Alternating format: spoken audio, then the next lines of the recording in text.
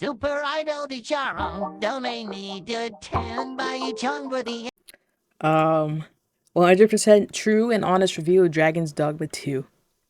Update on my camera. Speaking of, camera is, I got the memory chip and whatever, so now I'm just trying to figure out how to fucking, like, set it up on my PC. Like, I got everything, I just gotta, like, figure out which, like, fucking wire to use, okay? It's not USB, well, it could be, but there's, like, multiple ways you can do it. It's just fucking annoying. God damn. And it doesn't automatically connect, that's the main thing, so. Yeah, but anyways, we made progress, so. Should be fine for the next video, maybe, hopefully. But anyways, we're gonna watch this guy's review of Dragon's Dogma 2. 100% true and honest review of Dragon's Dogma 2. Now, I will say, and partially the reason why I got the camera is because so I can make my own reviews now. Because when I use this camera and I go like full screen mode, it's like 480p. We don't want that, okay? Well, I don't really mind it, but like I'd rather have better definition. But I mean, I just rather have a new camera, and I got a new camera, but I can't really fucking set it up. Anyways, and I will say, Dragon's Dogma 2. Let's just say I enjoyed the first. I would say most of it. I would say like 70% of the game. I like of my time playing it, my hours in, because I finished at like 38 hours. 70% of it, I enjoyed it. The rest of it, yeah. I mean, but there is flaws throughout the entire like playthrough, right? So we're gonna watch his review. And then hopefully in the future when I get this camera fucking set up, I'll make my own review. God damn. Dragon's Dogma 2 is the long-awaited sequel to an unpolished and heavily flawed masterpiece. The first game has outdated graphics, unrefined open-world design, and mostly mundane quests. Yet, many people like myself tried it just a year ago and fell in love, testing the many different vocations, taking on the UR Dragon, and the many dangers in the Everfall. Inevitably, heading over to Bitterblack Isle to endlessly grind Damon for that top-tier loot. Even with the game being so flawed, it always pulled you back in with that combat, because at the end of the day, fighting big monsters in creative ways never gets old. Does Dragon's Dogma 2 live up to the first game? Does it improve on the combat, quests, and world design? Is it a good sequel? Well, I have officially put in over 100 hours, fully Damn. leveling every vocation, scouring the entire I'm so sorry, man. Well, it depends. It depends. It depends how you enjoy the game, right? It depends. in-game for gear and new opponents to fight, and here is what I think. Let's start off with the most important aspect of any video game, the gameplay. And to sum it up simply, you're going to be fighting large monsters. The entire idea of this game is to start you off with nothing but rags, and somehow you make something of yourself, ending up with shiny armor and the most powerful weapons in the world. On your journey, you solve quests for both regular old people of the town and commanders of the Royal Guard. You'll level up with pretty much every action, so it's going to be easier to take on the next foe each time you meet them. With unique mechanics such as climbing monsters, making bridges out of monsters, freezing enemies, throwing Yeah, I like that pawns, shit. and creating a team of 4 unique classes that can take on anything. I like that You shit. can choose from a selection of vocations of classes, and each changes up your playstyle by a lot. You've got Thief with fast and agile daggers, you have Warrior with the big bonk brain that staggers things easily, then you've got the OP Magic with Sorcerer, and insane support with a Mage. You can choose to play as all of these throughout even a single playthrough, so you can just have fun trying things out and That's what I liked about it. Like, you didn't have to, like, make a new character or some shit. Usually you gotta do that for, like, most RPGs, right? Like, if you want to change classes or some shit. Like, even if you just want to be, like, a sorcerer instead of, like, a wizard or some shit, you'd have to, like, start a new playthrough.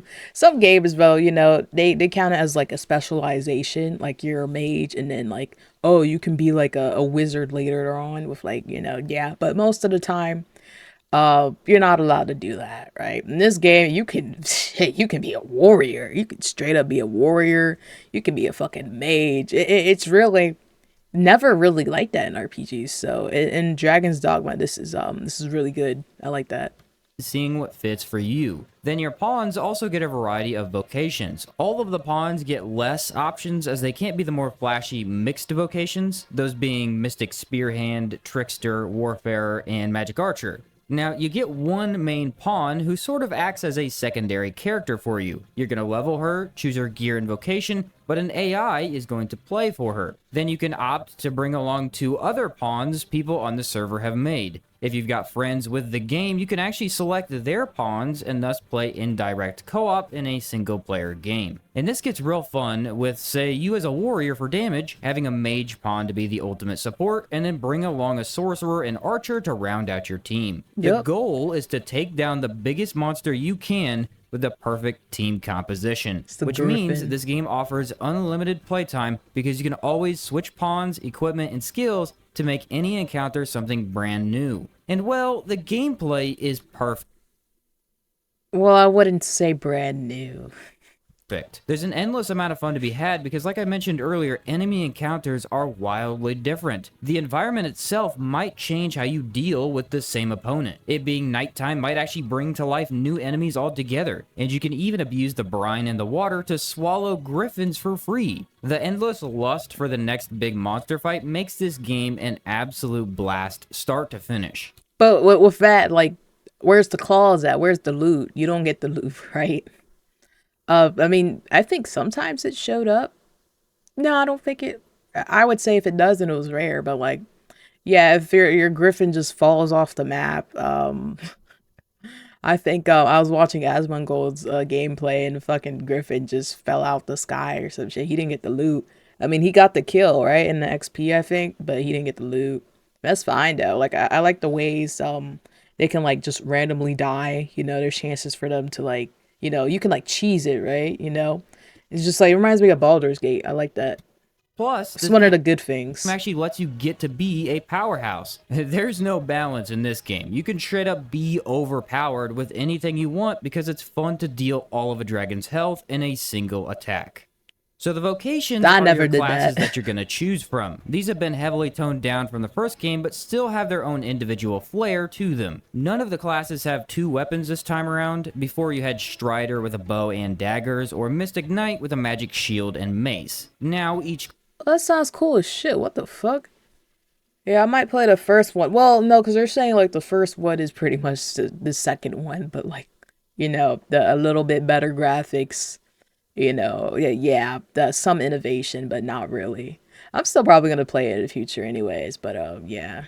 Each class gets 1 weapon besides Fighter, which is sword and board, but even then the shield's less of a weapon now. Archer feels like a real archer now. You can't use daggers anymore and instead rely on long-range attacks. When things get too close to you, kick up into the air and move out so your pawns can cover you. Fighter is the look at me class. Since he can reliably avoid damage through blocks, you want to keep enemy attention and stay alive. But this doesn't mean he can't deal damage, because several of his moves stop attacks with 0 effort or allow for constant stagger over a long period. Mage has been greatly improved in this sequel, as it is one of the best support classes in a video game. It was improved? Oh, I wonder how it was like in the first one. Oh lord. It's not that it's bad in this game. It's just, well, the style of combat in this game is very unique. And the way they did Mage, I'm not hating it, but it's just interesting, right? Like Mage Sorcerer, the way you cast spells and shit. Very interesting. I'm not hating it. It's just like, I guess it was my first time like experiencing it. Game ever. They gave it a way to cure debilitation, free healing for the team at any time, access to all the elements for your team in the form of boons, a massive dome that grants infinite stamina to everyone, and even a speed boost. You could get away with not running a mage in the first game pretty easily, but in this one it feels required to have a mage pawn because they offer so much. Still not much the healing too, because otherwise you can only heal like when you're at camp, right? And then only heal your... Yeah, I think you can heal the pawns if you're not a mage. They got consumables. I don't know if they're like... You know, it's like Dragon Age, you know. You can set the fucking... This is why I'm going to hate it in Velgard, you know, with the fucking controlling the characters. Dragon Age, you can have it set so that they can, like, take, like, a potion under, like, I don't know, maybe, like, 25% health, 50% health. Depends, but yeah. I don't think it's like that in Dragon's Dogma. I think they might randomly take some shit, but yeah. The class you're going to want to play as the Arisen, since it is mainly support. Thief is the Strider and Assassin classes from the first game, but this time no bow. So now you need to rely on quick attacks and dodges to get in and out of danger quickly. Just spamming the same Mystic move. is the closest thing we have to Mystic Knight from the first game, although there is definitely no replacing that awesome class. This is the new mixed vocation that fits very well. Super flashy moves with a twin blade that has you moving quickly, and honestly doing some pretty cool stuff with his skills. Magic Archer is Magic Archer. Yeah, I liked it. I would say though, I wish I could have like one more slot for like a fucking spell or something, or like an ability. Oh man, that was I remember because I think I finished Dragon's Dogma in like April maybe or some shit. Yeah, maybe like sometime in April, or March. I don't fucking know, but I remember I was trying to fucking like add abilities. I'm just like, no, I gotta get rid of this, but it just doesn't. Ooh, like like they give you so many fucking abilities to use at like very quickly. You get them really fucking quickly, and you can only use like 4 of them at a time, and it's just like what the fuck? Like one of them, I think for like each class, like one ability feels like essential. So it's really like I like 3 to fucking switch out, you know? That's how I felt with Mystic Spear. Mystic Spearhead, bro. Oh my gosh. from before. It's a good class though. I just wish I had like at least one more slot so I can like use all the abilities. But no daggers, and sadly they gave it no way to avoid damage at all. You do output very high damage from far away, making the class an absolute powerhouse, but it's more of a glass cannon, so you're gonna need a good team, otherwise you'll get hurt often. Sorcerer is Sorcerer. The most absurd magic attacks you've ever seen that make every encounter trivial. Meteors, earthquakes, tornadoes, I think you get the idea. You gotta It's aim what that a shit right sorcerer though. who spends all his time studying ancient tomes should be. Trickster, who's the pure support class with no way to deal damage. This will force you to buff your pawns, distract the enemy, and think tactfully for the win. It is very strong potentially, but sadly it is the most boring class in the game. You have absolutely no way to deal any damage, so it just isn't as fun as anything else. Cool idea, but it could have been so much more, and the fact that we get this and not Mystic Knight is a travesty. Warrior, who Yeah, I was gonna play as a trickster, but that shit is it looked kind of ass. Like, yeah, there was no like offensive shit that I saw, so that's why I didn't like play it in the end. So I got it towards the end game. I was actually excited to play it too, because it was like unique, but I don't know, all that shit seemed like useless. I'm just like, you just fucking swing at the nigga. Like, what the fuck? Why am I like doing fucking holograms and shit?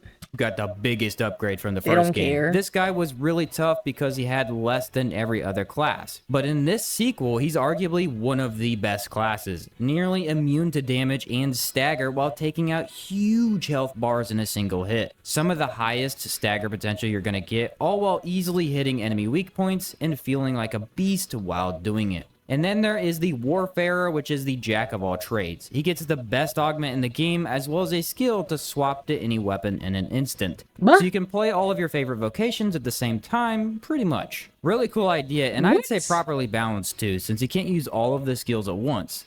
All of these vocations... Yeah, I didn't even know that was a fucking vocation. What the hell? That sounds cool. Get 4 total skill slots, which we got 6 in the first game. It's... Oh my fucking god. Just a different design choice that they went with. If you want to use something different, you can always switch at town or buy a campsite, so it doesn't really hinder you at all. What do you mean? A new mechanic added into this game was the introduction. It hinders me so much. Oh my gosh, bro. What? It's like it don't hinder. No, that's 2 abilities gone. And oh my gosh, it felt. I might give Diablo 5. I mean, 5. I might give Diablo 4 props for the first time ever. But they had like 5 abilities for you to use. I mean, even that, I struggled with that too. A lot of people didn't like that either. It's still like, you needed, it's funny because at least for Dragon's Dogma 2, I need at least like 1 more fucking ability slot. I swear. Just 1 more. 4 is like it's way too fucking low, bro.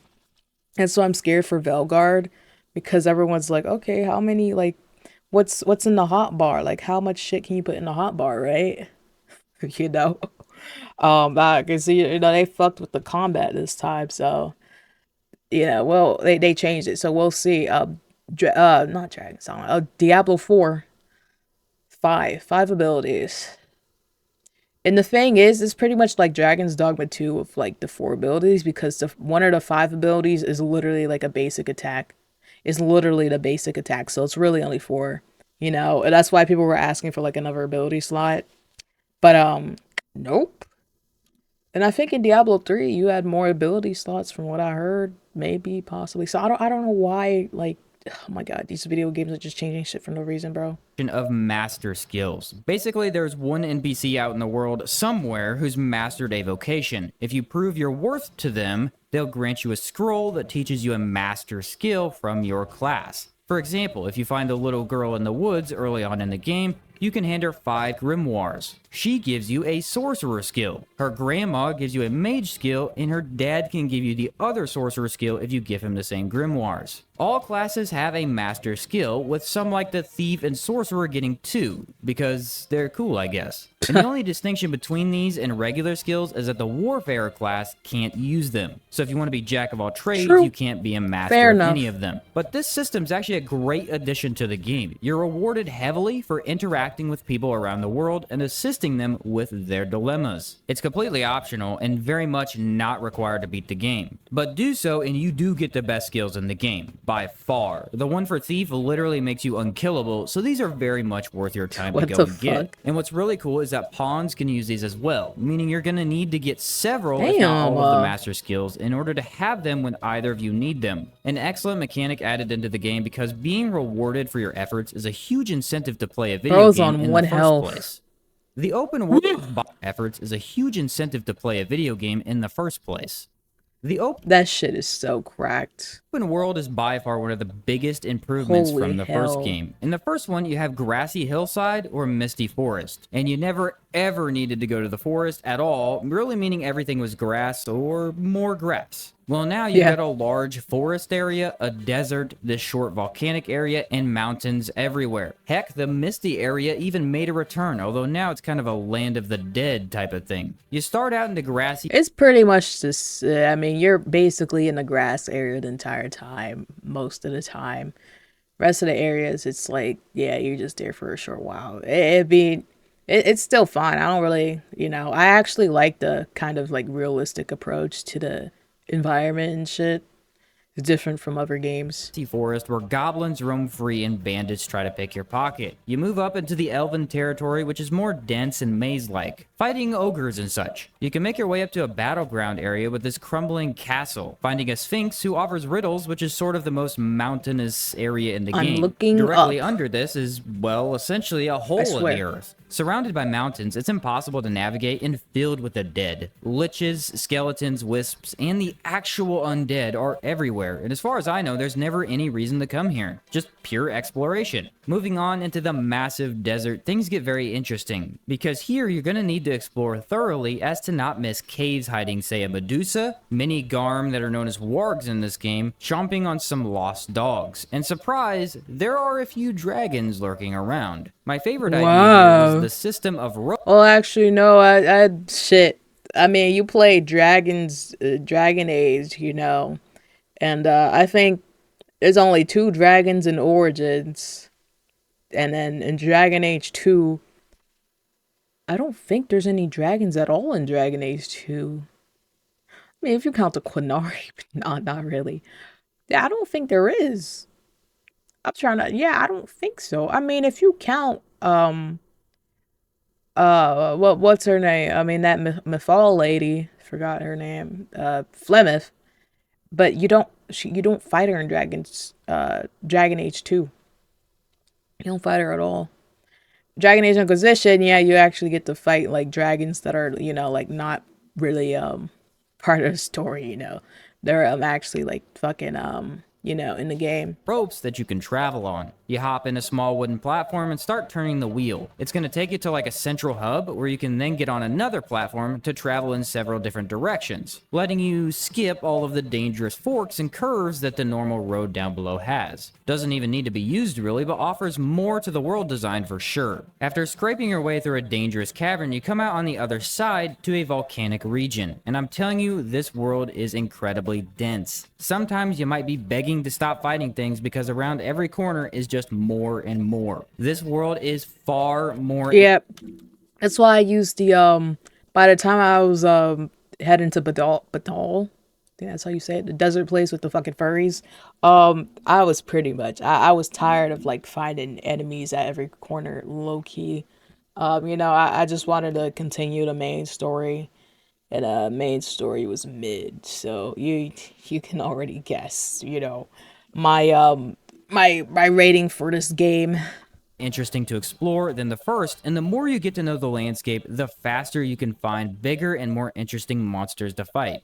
Enemy variety has been bashed a bit with this game, as people seem to think there are only about 5 total enemy types, which True. You do fight the same enemies a lot, so it's not perfect by any means. But it'd be a lie to say that enemy variety isn't good. There are so many different things to fight. Griffins, in fact, are much more prevalent as you have one per region, and you can even get into their nests, which makes for cool moments. Goblins, bandits, saurians, cyclopses, and minotaurs roam around the first area. In the desert, we see wargs, Medusa, chimeras, different harpies, poison and lightning saurians. Then in the volcanic area, you've got these hobgoblins, lava saurians, succubi, and lava slimes. There are, of course, dragons, or more accurately, drakes, in different locations all over the map. You fight headless horsemen during the night, but wait, there's even more. In the end game, the entire world changes. Gore chimera come out to play, more dangerous dragons appear, purple ghasts everywhere, and the undead skeletons, liches, and zombies scour the earth. Yes, I'm not going to argue that the enemy variety isn't a bit thin in certain areas, but you play this game fully, and you honestly can't tell someone the enemy variety's bad, because there are so many different things to fight, which is the fun part of the game.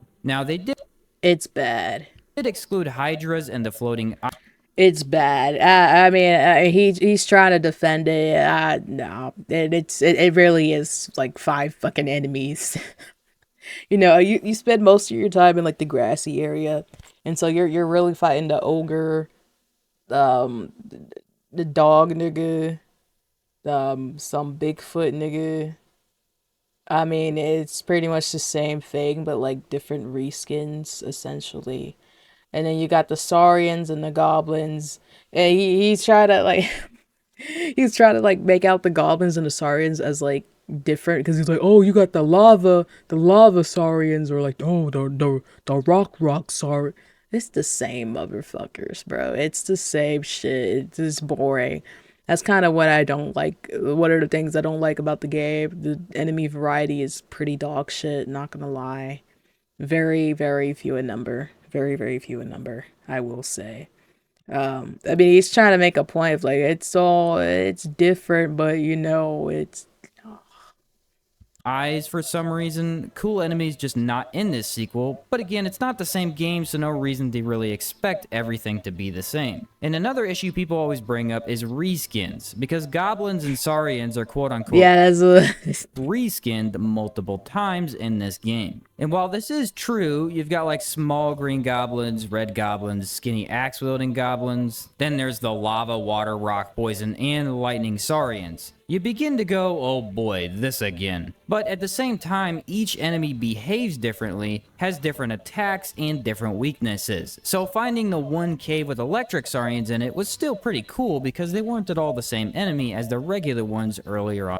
It wasn't, no, that was just like, oh man, not these niggas again. It's pretty much the same shit. I mean, yeah, the rock motherfuckers, you gotta like fight them a different way, but not really. It's still the same fucking enemy. It's still boring. On in the game. Or you might have the slimes that can be instantly exploded with fire, then becoming lava slimes later on. Enemy variety's definitely not this game's biggest strength, but it does still have a lot to offer. If you're getting bored fighting the same stuff, go find different stuff. They're out there, trust me.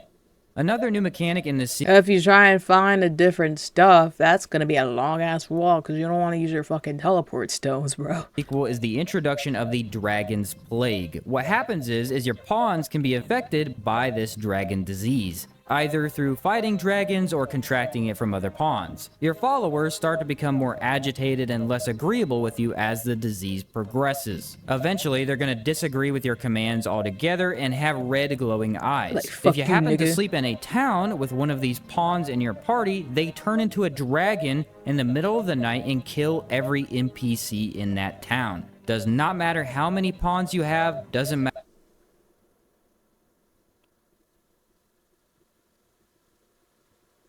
Well, shit. I was reading the text. It never happened with my pawns. I mean, they kept repeating the fucking voice line 50 billion times, but it never happened. Matter how many NPCs there are or what town you're in. Don't catch this in time and every NPC will die. Now, there are ways to fix this, which is by sleeping 10 days most of the time. NPCs are going to respawn to take over shops and wander the cities. However, essential NPCs, such as main quest givers, do not respawn. You're forced to use a wake stone to revive them or miss out on that quest. Ultimately, Damn. this mechanic isn't all that bad, and you can fix your mistake if you need to. Also, the very end of the story after Endgame explains this phenomenon some more, which does help to give it a place in the game. But I think it's kind of a big missed opportunity. So the ideal way to avoid this is just to never sleep in town. Yeah, you're gonna sleep in camps instead and never worry about it. Or if you really have to sleep in town, you're gonna kill all of your pawns by throwing them into the water and sleep before resummoning them. What it does is slow down the gameplay for no real reason, and it's tedious. Plus, this could have been so much more. Imagine if this still happened, but when your pawn transforms, you have to fight them. Manage to defeat the dragified pawn, and you're rewarded with some wormfire crystals and no one in the town dies. Fail, and then the whole town suffers. That would have consequences for your actions instead of, oh crap, I forgot to kill my pawns, now I'm a bit doomed. Dragon's Plague I think is fine story-wise, but gameplay-wise it's a hindrance which just is there to hurt your progression. So this new world... I mean, just don't get the plague, bro. It's not that hard. I never got it. I guess because I didn't really kill dragons like that, maybe because you get it from the dragons, I guess, but yeah. Also has a pretty significant mechanic that completely transforms it into something else from the first. When you take damage, some of your health disappears for good, giving you some white health which can be healed and the rest cannot. Stay out in combat too long and eventually your items and mages cannot heal you past a certain point. This was kind of in the first game, as mages could only heal up to your white health, I believe, but potions would cure everything else. So what seemed like the ideal way to play, or what I did usually, is stock up on 80 Hearthspud potions, and now you've got infinite health and stamina for the rest of the game. Well, it's not really a balanced or good mechanic, so they tried to get rid of it. Instead, now you have to eventually stop combat and rest before the next engagement. Yup. And thankfully, they put campfires all over the world. At these essentially checkpoints, you can stop and get a bite to eat, which offers significant buffs to you for the next day, having this fun cooking animation, and then head to bed. In the morning or nighttime, whichever you choose. Yeah, I'm not, the white health bar thing, I mean, that's in a lot of games still. I'm not really against that, you know, it's pretty cool. I will say, like, fucking cooking and shit, yeah, I don't have to play the animation every time. I know we can skip it, but it's just like, holy shit, man, god damn, you know. To wake up at, It's that same fucking... you have full health Yeah. back. To do this, you're going to require a camp set, which Look weighs good, a but lot. fuck. Pawns are still glorified backpacks, thankfully, and so make them hold these always. Additionally, you may want a backup campsite because enemies can invade you during your rest. More advanced tents can prevent this, or even be given That back only to you happened still, to me, but the like, basic ones are once. going to break when this happens. And this entire mechanic turns Dragon's Dogma 2 into more of a, say, D&D experience. You and your party go out on adventures, completing quests and fighting dragons. I will say, having more stuff to do at camp would have been cool, but I mean, it's fine the way it is, you know. It's not one of those games. It's not like Baldur's Gate or some shit, you know. It's fine the way it is. Eventually reaching a point where you're out of hit points and need to regain your strength. Talk around the campfire for a bit, rest, and then continue on. I actually really hated the health mechanic at first, but the entire campfire part really fits well and gets rid of the take infinite potions into combat problem that the first game had. Oh, and all of the unlocked skills can be changed at these campsites, letting you change your setup if you happen to know your next Yeah, that's pretty opponent cool. doesn't work well with your current skills. Hence why they decreased the skill amount, I would assume. Now Wait, it's time what? to turn at these campsites, letting you change your setup if you happen to know your next opponent doesn't work well with your current skills. Hence why they decreased the skill amount, I would assume. Still a bad decision, I think. Now it's time to talk about the quests. And while I love this game and think a lot of the aspects are a 10 out of 10, sadly, the quest design, with that in mind, gets a 0 out of 10. I've never, ever seen such outdated and terrible quest design in my life. This is actually worse than the first game by a long shot. Really? Every single quest in this game is either a fetch quest or an escort. Every single one. Both of which take forever and are really boring to complete. Plus, the game is constant. Yeah, that's why I went like straight through Batal with that little fucking I was running through it at first before I saw the little flying thing that takes you like straight to the city because I was just done, bro. I was just done. God damn. Like, here's the thing. Yeah, it was, I don't blame it. It was a bunch of like fetch quests and shit. They were enjoyable at first because you experience the combat and shit, you get the level up and stuff, yada yada yada. But yeah, it got kind of boring. It didn't get boring too quickly though. That's why I said, I enjoyed most of the game and like towards the end, it kind of fell off for me. But yeah, yeah. The combat really like if the combat wasn't this good, oh man, I think it'll be a game of the year contender, but if the combat wasn't like that phenomenal, it wouldn't be low key. It'd just be like another game, low key. It'd still be a good game, maybe, but you know. Constantly sending you in the general direction of your objective, but never. Oh, and the main story didn't help. Yeah, it didn't help either. Because you're going on fetch quests most of the time. And you're just like, dang, I mean, this game is just all fetch quests. And like, why is her bazungas really goddamn okay, anyways. Yeah, I was just like, does he have a mod installed or some shit? Or was it just always like that? Like I never noticed. But anyways. Yeah, because when you're doing the fetch quest, you could probably spend like a whole hour on the fetch quest because you don't want to use the rift stones, right? You don't want to fucking waste that shit, obviously, because it's weird ass design. But anyways, you're just walking around most of the time. You're having so many enemy encounters and shit, and then you get more fetch quests while you're on the fetch quest, And you're like, dang, I wish I can go back to the main story, I hope it's interesting. It gets more interesting. Yeah. So basic. I mean, the whole story, the whole game is just like in terms of story and shit.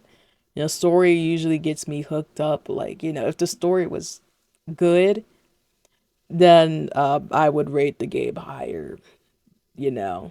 But the story was mid. They said it was like the first game, so I'm a little disappointed. But I mean, it's okay. It's okay. Actually showing you the exact location, making things incredibly frustrating at times. The real problem is that all these quests have you talk to an NPC, do something, and then come back. But before you can get the next quest step, they need time to do something for that quest. So what seems like the ideal way to play this game is to sleep a full day after every single quest step. NPCs are constantly wanting you to talk to them, teleport across the entire world, complete something, and teleport back. But with the fairy stones working the way they are, you really won't be able to do this, or won't want to, so you can save them for later on. Meaning for quests, you're gonna walk back and forth wasting hours of real-world time, when all they really had to do was give you the next quest step. And don't even get me started on the endgame stuff. The quests over there are 10 times worse than that of the main game. I had to actually go up to the main castle and talk to the prince. The prince then sent me to the bar to talk to the captain. The captain then sent me back to the prince. The prince then sent me to his mom to bring him back to the prince. Then sending me down to the stables so I could walk back up to the prince. I had to walk back and forth through a massive city, probably 7 times to complete. Oh, that shard shit was fucking annoying. Complete a single quest. no fighting in between, and nothing interesting happening. These quests actually get so bad that you're gonna stop caring about the dialogue at all because you're ready to just be fighting stuff again. The master skill quests can Nah, I was just waiting for the game or the story to get better. You know, I was still paying attention. I was just like, I hope the story gets better, right? You know. But with the fetch quests and shit, yeah, I was done at Batol. I really was done at Batol. I mean, shit. Yeah. Yeah, I was just focusing on the main quest, you know.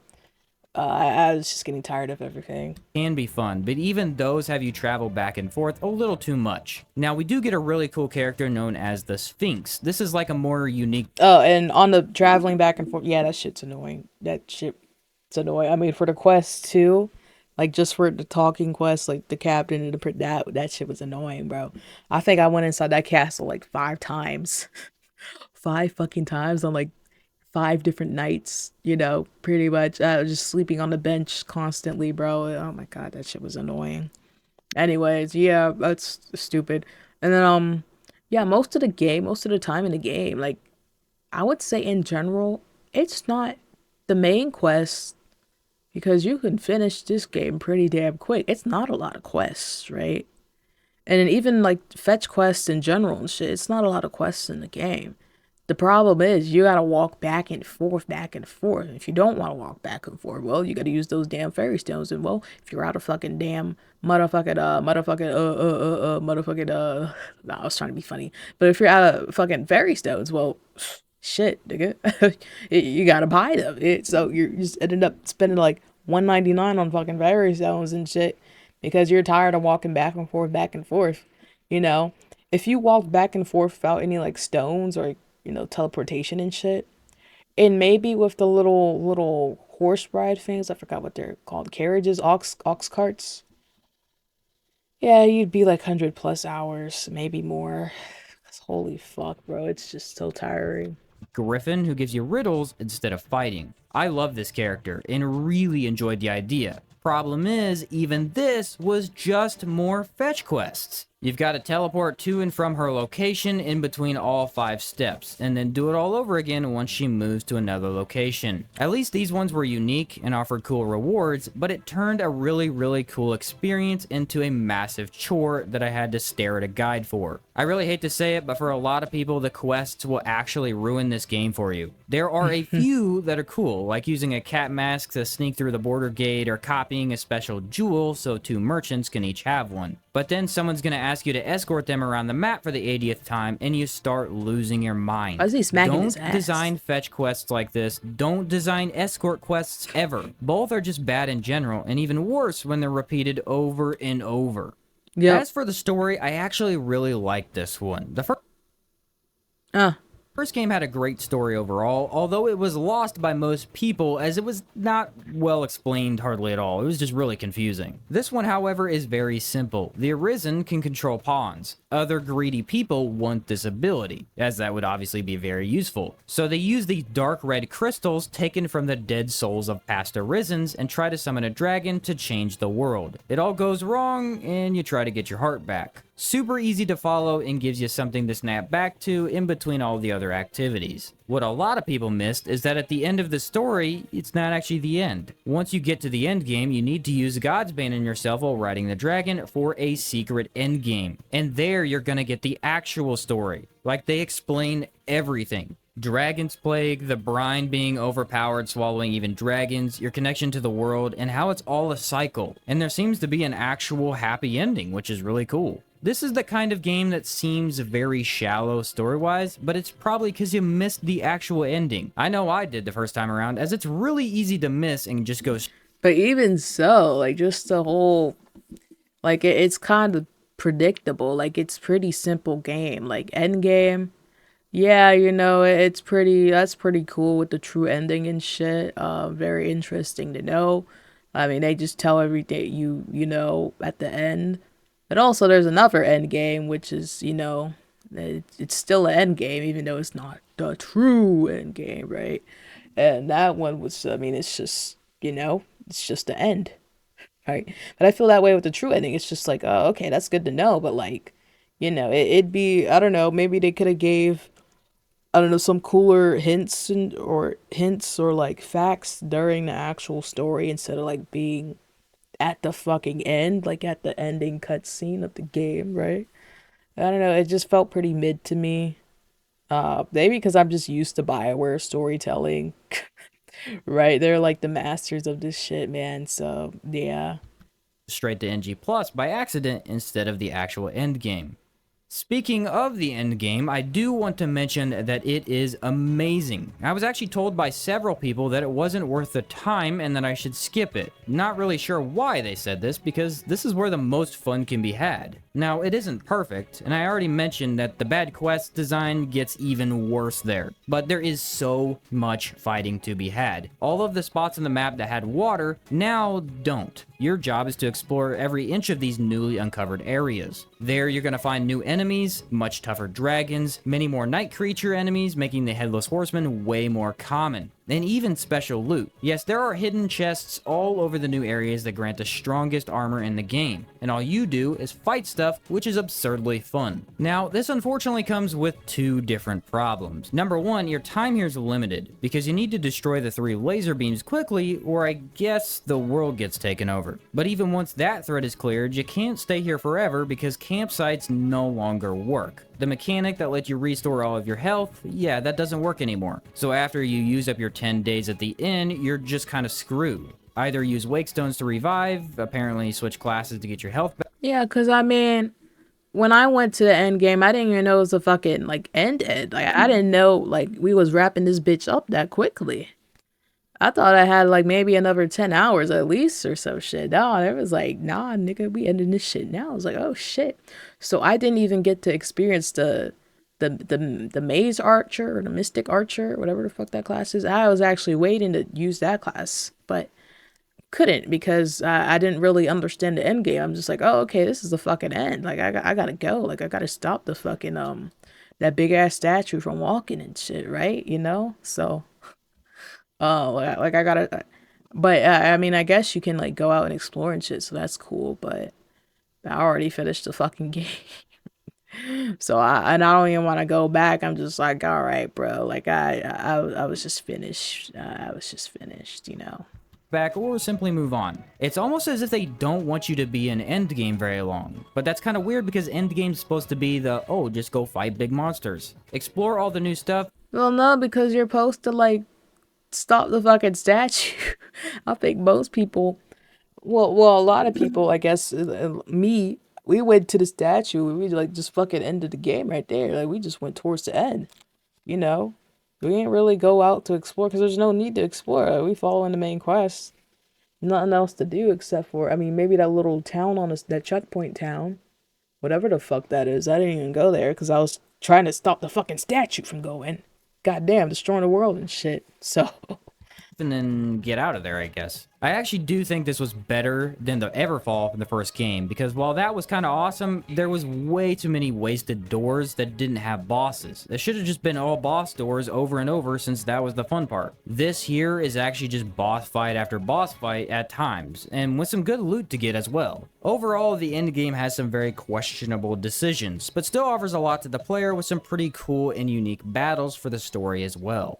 So there are also some other things I wanted to talk about here but didn't really have a category for. My number one complaint is that they screwed up the stamina system in this game big time. Stamina actually drains slower when you're going uphill, which is really annoying, and it comes back slower when you're going uphill as well. And for some reason, the biggest complaint in the first game, which was not having unlimited stamina when just running around the world, they didn't change this. You still waste stamina when running. It's understandable why they didn't do that, but at the same time, it's like, this is a quality of life thing we really needed. Microtransactions ruin the game. Yeah, well, there are no microtransactions. All the stuff you buy is useless. It's not even thrown in your face. Microtransactions are only bad when they provide such a high incentive.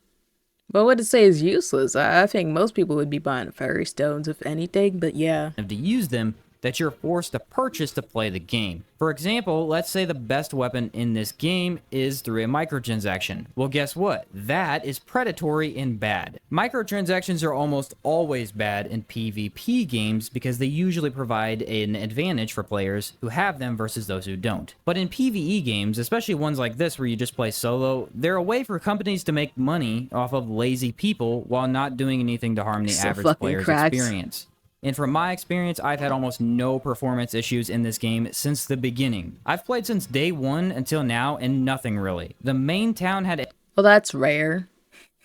Yeah, no, most people had problems. FPS drops, but that got patched immediately. Other than that, my game runs fine on my decent PC as long as I modified the settings to match my specifications. Pawn AI has been greatly improved, so well in fact that you can rely on pawns to do everything they should be doing in every fight. And if by chance they don't, your commands are instantly met, which is really nice. Only issue is they love to jump off cliffs for some reason. It's actually... No, I will say, well, my warrior had a little, thing that makes me, like, catapult in the fucking air. Like, he lifts me up in the air and shit. But he kept doing that repeatedly. Like, it's fun to do it once or maybe twice. Cool. But I need you attacking the fucking enemy, bro. Like, holy shit, man. Then my mages do some bullshit spells. So I wouldn't really... if it's an improvement, then holy shit. I wonder what it's like in the first game. But, I mean, yeah, the AI in the game are, like, fine. They're actually really good, but like in those moments, it's just fucking annoying. Actually quite common in certain areas.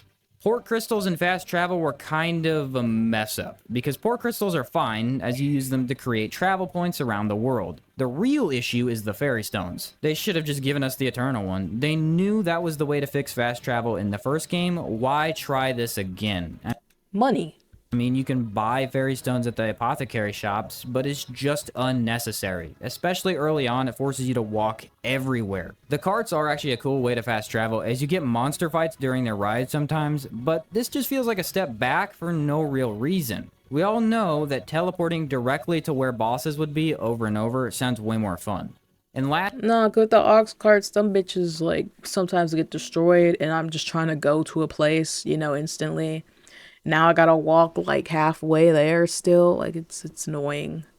I mean, it gives immersion to the game. Like, it makes that shit real, but shit's annoying. Lastly, the character's lip sync is off. As in, they're gonna just move their mouths without following the words. If that bothers you, it is here, although it really doesn't affect gameplay, so it doesn't matter that much.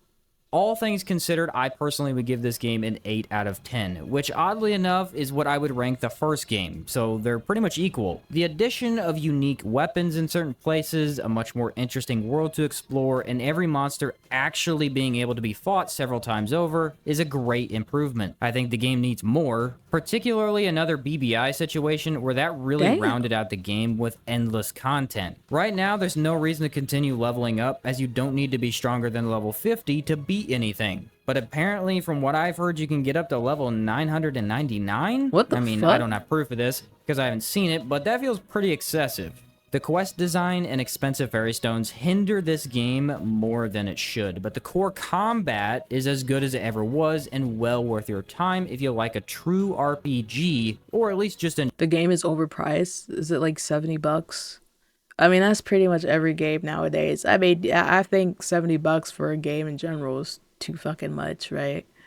I want that shit back to 50, not gonna lie, but yeah, for this game, especially because you can beat it really quickly, yeah, it should be a bit lower for sure. Enjoyed the first one. Hopefully you enjoy. But I think like they put a lot of effort into the game, low key. So enjoyed this video, and if so, it's not a like like live down service below would be appreciated. Thanks for watching, everybody, and I'll catch you next time. He gave it an 8 out of 10. I would not. Well, still a good game. It's just what really kills it. Yeah, the quest design and the fairy stones. Quest design, fairy stones, and then the end game for me. He liked the end game. I didn't like that shit all. Probably because he went out to like explore more and shit. Like he went out to fight. When most people would be fucking going towards the main quest, right? Stopping the fucking like the world from being destroyed, right? But nah, but I would give it a because of the combat. I was gonna give it like a 7, but because of the combat, I'm gonna give it a 7.5. It is 7.5. Now, I wouldn't be surprised if somebody, this game can be ranked between a 6.5 and an 8.5, not a 9. It can't be a 9. It's just it's too many flaws. And the flaws, depending on your taste, could be small combined together, or it could be like big, you know, um, in the grand scheme of everything. But I think it's a 7.5. Yeah. If the combat wasn't that good, it'd be like a 7. It'd be a 7. Overall, yeah, fairy stones with the travel and shit, quests, uh, and then end game, and then also the main quest. I forgot to add the main quest. Main quest is mid. I was kind of enjoying it because it's my first Dragon's Dogma game. I didn't really. Some people, when I was playing it, or like before I played it, they're like, it's like the first game. You gotta stop the bad guys from taking over the world. Like they stole your position as the original, whatever the fuck. So I heard it's like the same thing, low key. But I never experienced it, so it was kind of like the first time for me. So I don't know, maybe if I like played the first one, I'd be a bit more critical of it. I'd probably rank it a bit lower for Dragon's Dogma 2. But yeah, it was. It's passable, but the way everything was set up. This is the main thing. The way the game was just set up. That's what hindered the game. That's really what hindered it. And part of it was because they're greedy, and microtransactions and shit, and they want you to like purchase shit to make things easier. Like the fairy stones and stuff. But yeah, but other than that, there are other things like, the monster variety and shit. But those aren't like my main qualms, right? It's not my main issues with the game, right? It is a little, it gets shit bored, it makes shit a little bored, but that's not my main thing. Not my main thing. It's just the quests, fairy stones, and travel and all that bullshit, and then the end game. Uh, The first time I Sorcerer Pond literally nuked the full. Yeah, that shit was insane. Um, between the reception of Dragon's Dogma 2 and Rise of Ronin, I've learned that people always find ways to trick themselves into not enjoying great games. Well, yeah, it's good, but it's not like, yeah, great to you. You mean some people think God is great. LOL. Yeah, like, it's a good game, but is it great? Like, is it 8 out of 10 and over? That's how I classify great. I do like the little IGN scale type shit. A good game for me is at least like 7 out of 10, or I just say it generally. Great game, 8 out of 10 or above for me. Below, either mid or bad. Like, yeah, pretty fucking simple. But um yeah, good and up is playable. Playable. Below, it depends what it is. Depends what if it's a 6 out of 10. I don't know, because I think Starfield is like 6 out of 10 low key. It's 6 out of 10. There was a lot of sevens gave to it, but like for me, it's 6 out of 10. I don't even think. I think I spent like 2 hours on that bitch. But anyways, yeah. Uh, should I give him a like? I'll give him a like. He addressed like the main concerns. The rest of like, everything else is just his opinion. So it's like whatever. Opinion isn't really terrible. It's fair enough. That's just his experience of the games. People are gonna experience or like games differently based on their taste. So that's fair enough. So yeah, that's a good video. It's pretty cool. I liked it. Um, I'm just, the game isn't great for me. It's good. It's fine. Yeah, it's fine. I did enjoy most of it until I got to Badal. I was just like, all right, bro, yeah. So majority of the game, 70%, I enjoyed it. The rest, meh. Alright, what do you think about Dragon's Dogma? Let me know. Let me know. I think I'll do a full-on review sometime in the future. We'll see. We'll see. Shot at a black man and took his shoes. Customized my AR like a Black Ops 2. Just scammed a white kid out of some Gorilla Glue. I don't wanna fuck this bitch, she smell like poo-poo.